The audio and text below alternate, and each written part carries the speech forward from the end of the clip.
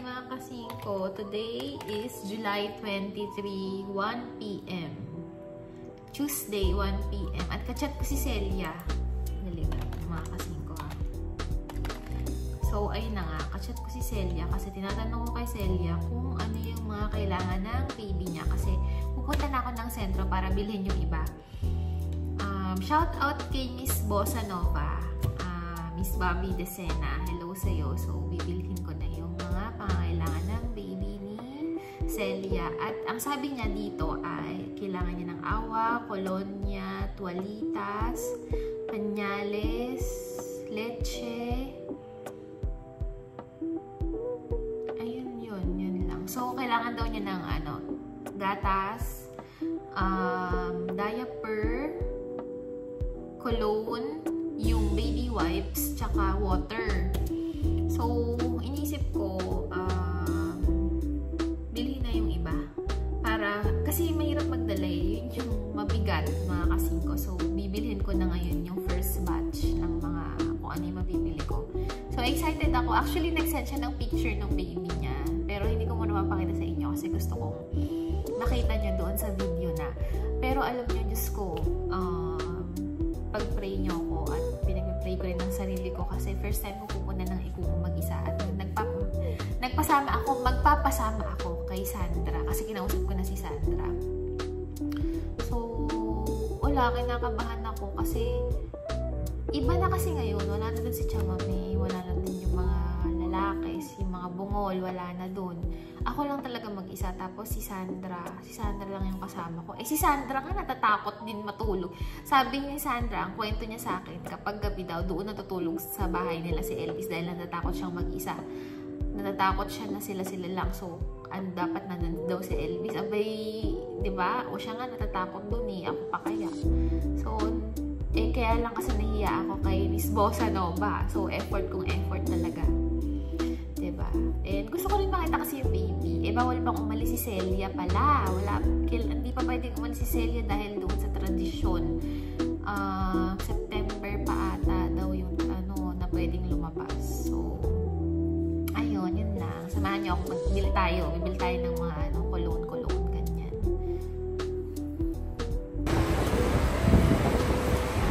Dito ako dumadaan guys sa warehouse. Sa likod. Yung office dati ni Kuya Bel.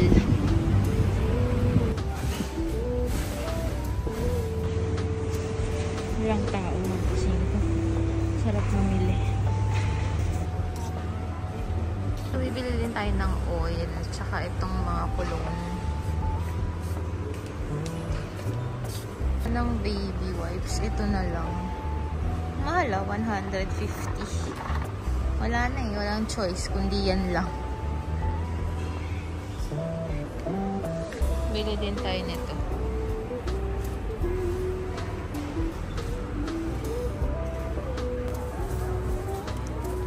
Ito, 300 isa.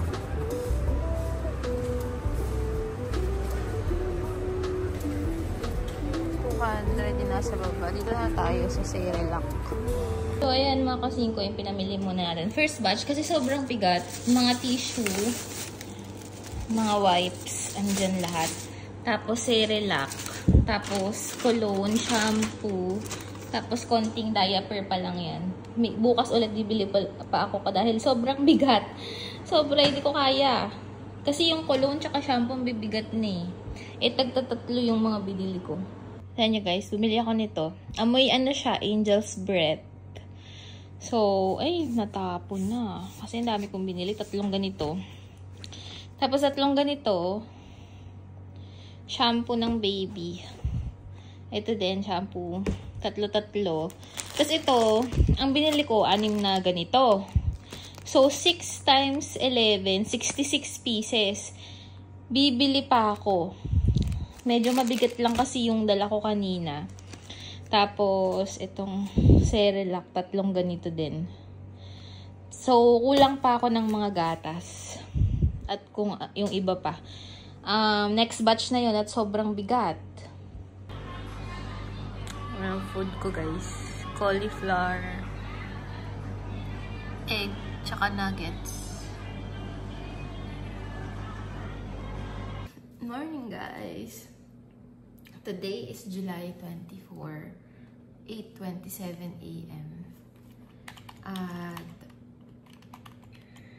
kachat ko si Celia kasi tinatanong ko saan nabibili yung gatas. Kasi pumunta ako sa sentro kahapon, di ba? Bumili ako ng mga first batch na ibibigay. Wala dun yung gatas ng baby. May iba. Kaya lang, ayokong magpalit ng brand kasi baka hindi accept ng katawan ng baby kapag iba yung gatas, 'di ba? So, sinabi niya kung saan. So, mamaya pupunta ako. Ayan. Tapos, buti nga may cellphone. Hindi ko alam kung kaninong cellphone yung gamit nila. So, nakaka-chat si Celia. Tapos, alam niyo ba kahapon nung namimili ako, na-realize ko lang na ang mahal pala ng mga gamit ng baby. Abay, ang mahal. Ewan ko kung mahal lang dito or mahal talaga. Tapos, yung mga pabango, kasi diba, parang dapat baby-friendly yung bibilhin mo. Ang mahal pala. Like, alam yung toalitas, kasi kailangan niya ng baby wipes, toalitas. Ang mahal, 300 pesos yung nasa pack ng ganyan. Pang baby. Siyempre, dapat baby-friendly, diba? Tapos, yung mga sabon ng baby, yung mga lahat ng pang baby, napakamahal. Kaya ang tagal kong nakatitig na ganyan. Lalo na dito, wala kang choice kundi bilhin yung ganun, yung product na yun. Dahil wala ka namang ibang pagpipilian na brand, diba? Hindi katulad sa Pinas, merong parang mas lower yung price. Ang dami, diba? Ang daming option sa Pinas. Dito, hindi. Na-realize ko lang na sobrang mahal pala ng gamit ng baby, pagkain ng baby, gatas ng baby. As in, sobra. Parang times 2, di ba? Times 2 ng consumption ng natin, di ba? So, ang hirap pala mag-baby. Di ba? Ang hirap pala magpalaki ng baby, ang hirap pala magkaroon ng baby. Although, masaya, syempre. So, napaisip lang ako. Sabi ko siguro ganun talaga. Ganun, magbe-baby ka kapag dapat ready ka na. Kasi kapag, di ba, ang hirap pag biglaan talaga, mashock ka sa mga presyuhan di ba? So, ewan ko kung kailan ako magiging ready. So, ayun lang. Yun lang ang chika ko for today dahil wala, ginanahan ako mag-vlog na kaaga-aga. 8:30 ang aga ko kasi So, yun lang ang chika. Salamat sa pakikinig. Mamaya na ulit sa second batch ng pamimili ko. Yun lang, guys. So, nyo naman, mga kasi kung mahal. Bulak lang, 400 na agad. Bay, napakamahal pala ng mga pang-baby. Ko. Parang ayoko na tuloy magkaanak joke. So, Chico lang ang brand dito. Kaya wala talagang choice kundi yan lang bibilhin. Chico. Ngayon lang ako nakakita ng 7-Up dito in fairness. First time lang din may Mountain Dew dito. Guys, eto na ako. Namili na ako ng second batch. So, tomorrow na ulit. Doon na lang sa tindahan yung ibang diaper kasi sobrang dami ko ng bit-bit. Yan. Pagkain ng baby, mga biscuit, pagkain ng baby, Cerelac, biscuits, Oreo, may mga digestive, eto, mga diaper. So, yun lang. Sa ulit. Parang may natira pa kasi. So, para na yun sa tubig and diaper. Thank you so much, Miss Bossa Nova. God bless po.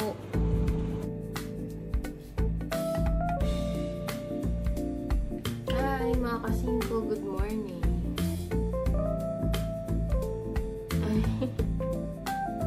Hindi ko makita. Ano ba ngayon? Ay, mga kasingko. Hello sa inyo. Ay, bakit ganun kaya kapag si mami yung naglalaba? Laging may namumuong puti dito. Pero nung ako naman, wala naman. Dahil ba matagal yung ipinipili niya sa washing? Ganun ba yun? Tanggalin natin mamaya. So, fiesta, bataan ba? Fiesta de bata ngayon. Bata day. So, ngayon tayo pupunta kala ala Celia. At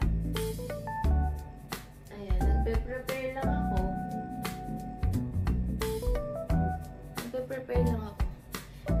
Hindi ako naligo kasi na-late ako ng gising. 9 something. 10 kami magkikita ni Sandra.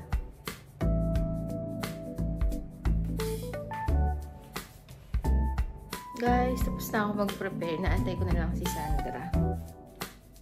10 AM usapan namin. Ewan ko kung anong oras na naman makakapunta yun. So, magpapatulong ako. Kasi dapat ako pupunta doon. Kasi susunduin niya ako doon sa may, yung along the road kung saan ako bababa ng taxi. Kaya lang nagbago isip ko kasi ang dami kong dala. Hindi ko pala kaya. Tignan nyo guys. Ito oh. Ayan mga kasingko. Kaya nagpasundo ako kay Sandra kasi ang dami niya. Tapos mabibigat pa yung iba dyan. Kasi mga gatas, cologne, shampoo. Tapos yung mga Cerelac mabibigat siya. So kailangan ko si Sandra.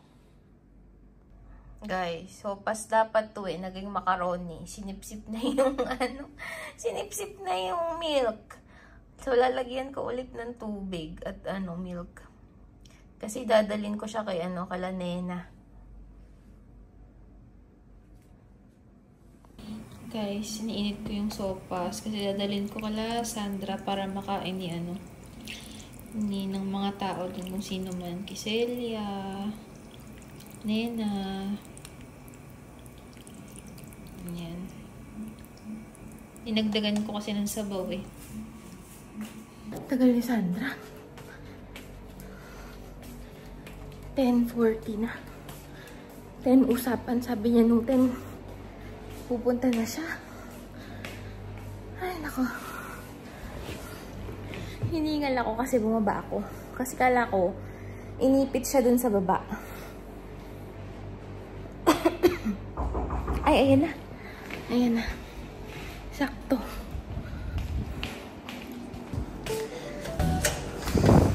Ay, guapa. Buenos días. Buenos días. Nena, ¿dónde está? Espera, porque tú muy guapa. Favorite ko tong vestido niya natin. Mucho. Ayúdame, sí. O, diba? Ang sexy ng back. Sexy back yarn.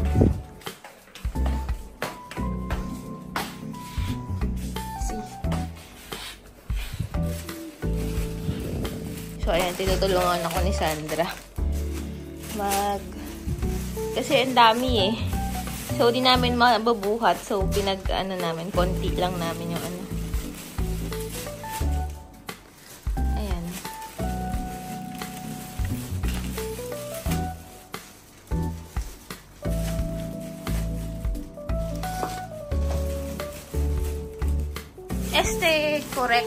Correcto? No? 5 a 9.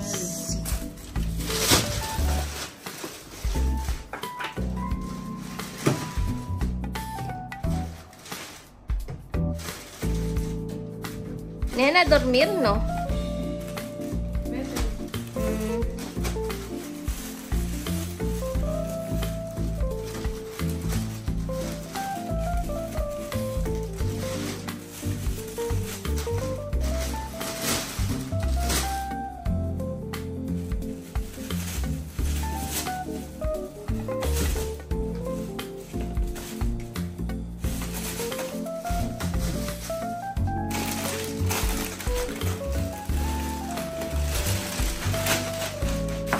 Sandra, te confío mi vida.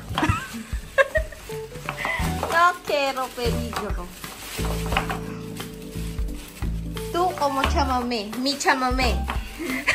sabi ko sa kanya, ini-entrust ko sa kanya yung buhay ko dahil pupunta ako doon. Bay tinawanan lang ako eh. Tapos sabi ko, para ko siyang chamame ha. Sabi ko ganyan sa kanya. Diba? Pero hindi naman ako masyadong kinakabahan. Okay naman ito, maaasahan naman si Sandra. So, aalis na kami mga kasingko. Ayan na. Aalis na Ba'y nag-cotton buds pa si ano.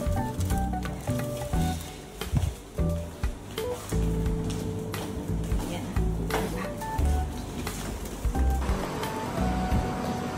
Ba'y kahirap pala mag-vlog, ano, mag-isa.